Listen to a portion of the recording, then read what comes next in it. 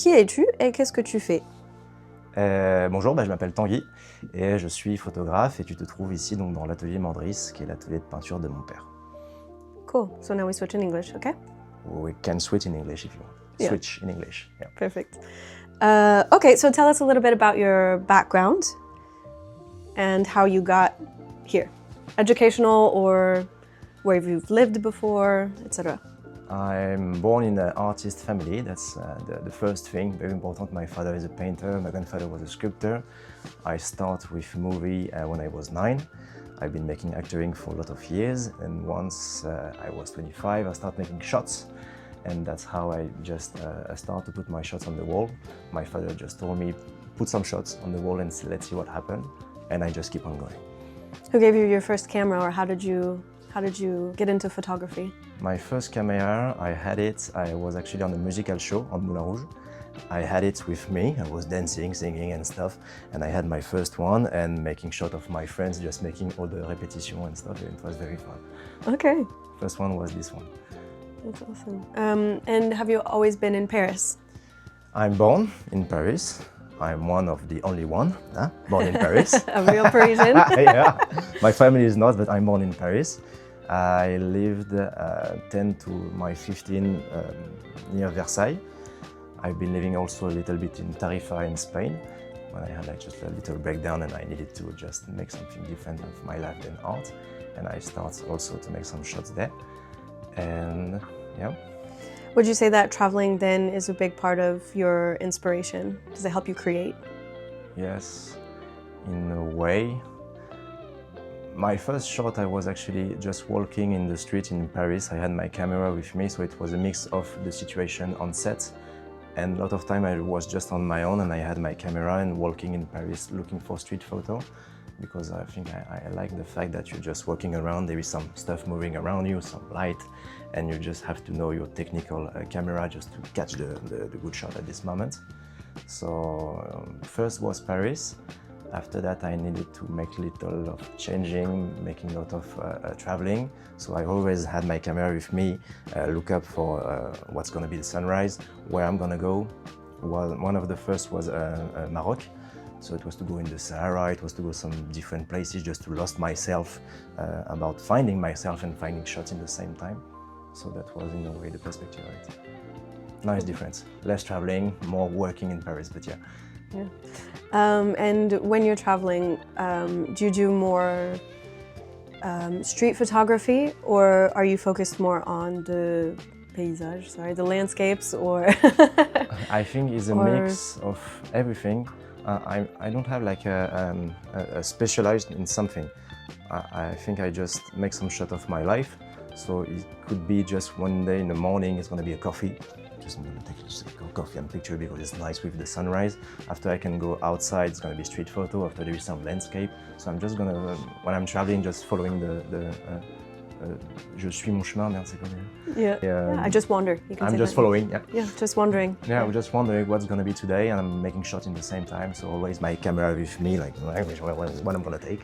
Yeah, in a way.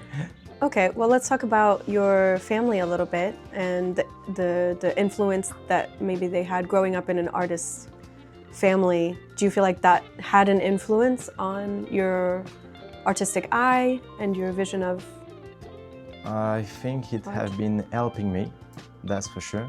Because when you're coming from art family, my father has been winning his life, all his life by selling paint.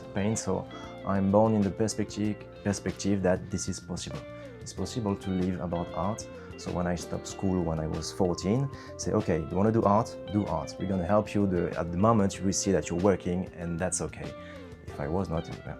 So first is being born with a paint in front of my eyes, and the sculpture of my grandfather that in a way I think that gave me the, helped me to construction of my eyes in a way. Mm-hmm. I didn't make any school or anything, so I just took camera, and it was that perspective of the third was already down. So I was like, okay, that's nice, thank you.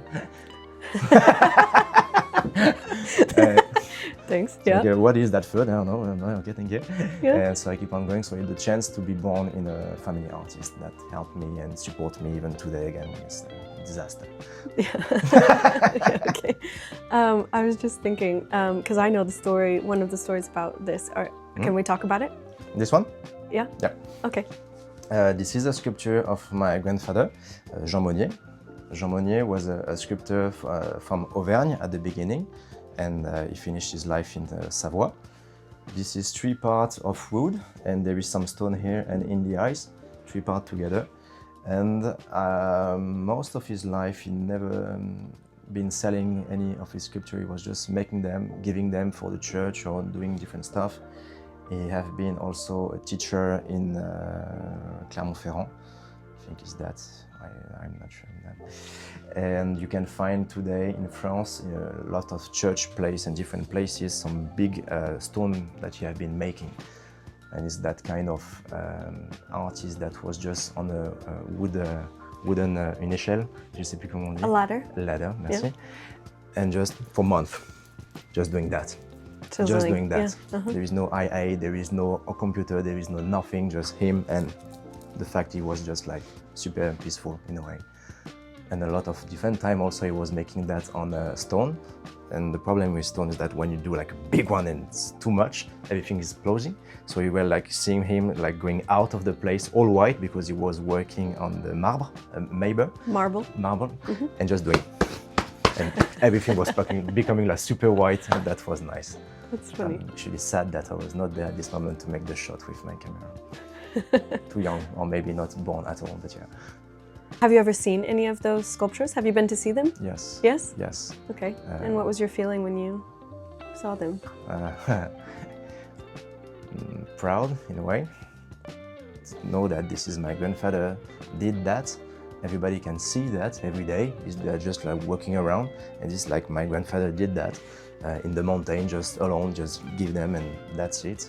So yes, this gives you inspiration, and to say that this is just possible.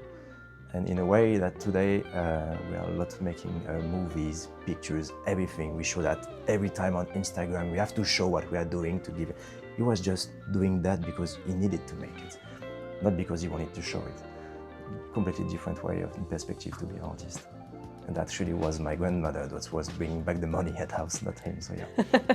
We love that. Yeah. I did want to ask you, what are your thoughts on, just globally, on AI? What do you think about AI created art? I think AI is a good thing. I have some IA artists that I'm following on Instagram and everything that give me just inspiration and perspective that, oh wow, how he did that picture. So I'm gonna just think about, say, okay, how can I make this one but without AI or anything? So working on light with model, spots and everything. I think today IA is very dangerous for a lot of people. We have to control it, but this is very helpful at the same time. That can give you a lot of answer very quickly, in a way. So it's a problem because before we were looking for, asking to the people, and we're just like on the phone, and that's it. That's true. Yeah. That's very true. And also about an environment is a disaster. But Switzerland is very, very intelligent, so that they are using IA and the fact that there is some heat going out of the place there, and they are using that heat just to make it like a home, the cold and the hot in the house, and they are using it, so Switzerland. What is the project, what is your favorite project that you've worked on, or what is the piece that you're the most proud of? I think there is two answers to this one. Is a personal one or professional one? Both. Both? Yep. I think my personal one is the picture Les Amants Imaginaires. Is a work I've been making with 2 actors, writing a script, speaking about myself and a story that happened to me. And it became, first it was a shot that we made here in the atelier. And in time I've been making a short movie about that pictures, and for me I think it's one of the most interesting technical ways, because using all my light, everything to set up look like a paint and stuff. And after I've been making a movie, so it was following part, and it helped me to put out some bad and good stuff, but helped me. so in a personal way. So this one was, and the professional one is the Bref 2.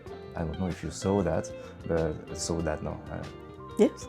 And this one was quite beautiful. Well, first because it's a very, very good TV show that you can see, and to be part of that magnificent one is yes, make me very proud. Because you can see that in the world, I've been making with the largest actor in France that you can find, and I love the set industry, cinema, so it was a lot of light. You can learn a lot of things, everything's moving in every direction, and this is just beautiful, so I think that is one of the most beautiful things I've made. Do you think for that project that you were prepared for it, or do you feel like you still learned a lot while you were on set? Because something of that magnitude, I would feel like maybe there are things, like a lot of things that are unplanned or that you have to adapt to. I think for this one I was a little bit too young, but I had this opportunity with a very good friend today, Christophe Brachet, is a very big set photographer, and he put me on that set, and at the beginning it was a confidential one. Is confidential? Confidential, yeah. Confidential, thank you. It was forbidden to say the name. So he just told me, okay, you're gonna go on this one with your studio light and stuff, and you're gonna make the shot for the poster. Yeah, okay, why not?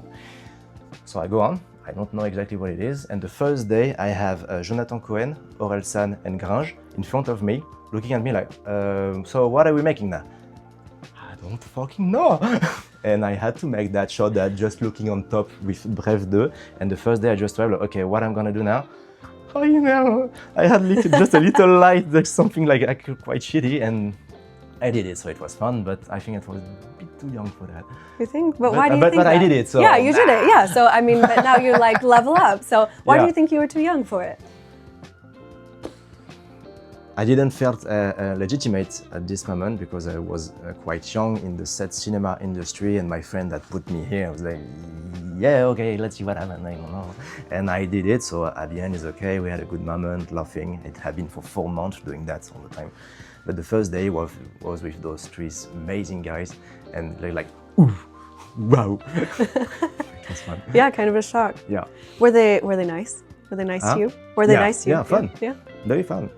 I have some friends that know them like personally, say, oh yeah, I know he did some holidays. Say, what the fuck, how do you know that? And it was fun just to laugh about, and you forget that you are working for Disney in one of the best cinema industry of the year and stuff. You just like on the moment laughing, and that's it. Having a good moment. Kind of be able to, be in your own world. Yeah. Inside of that. Forget all that and say, hey, it's only me. Yeah, okay, you're human like me. Okay, nice. That's cool. I love that. I didn't know that. And tell me the personal one. What was the personal one? Personal one was la photo Les Amants Imaginaires. Yes, yeah. J'ai fait un petit film. Tell me about that process, because did you have in mind that you were going to make the movie based on this photo? Like when you took the photo, did you have the idea already that you were going to do the film?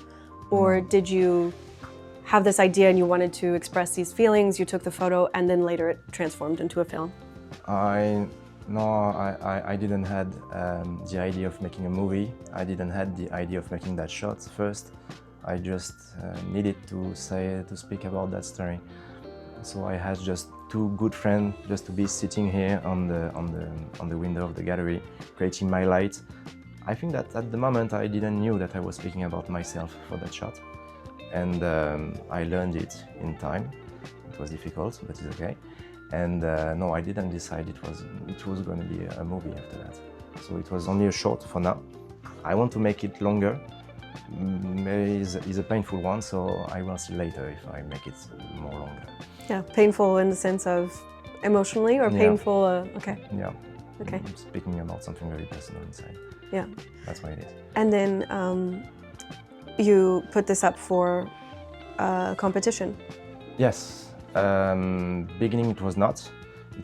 I wanted to make a movie, but Nikon Festival is nice because they give you a date, like a limit, and say, so you have to be quick and you have to make it, you have to finish to propose. And this year it was the fire.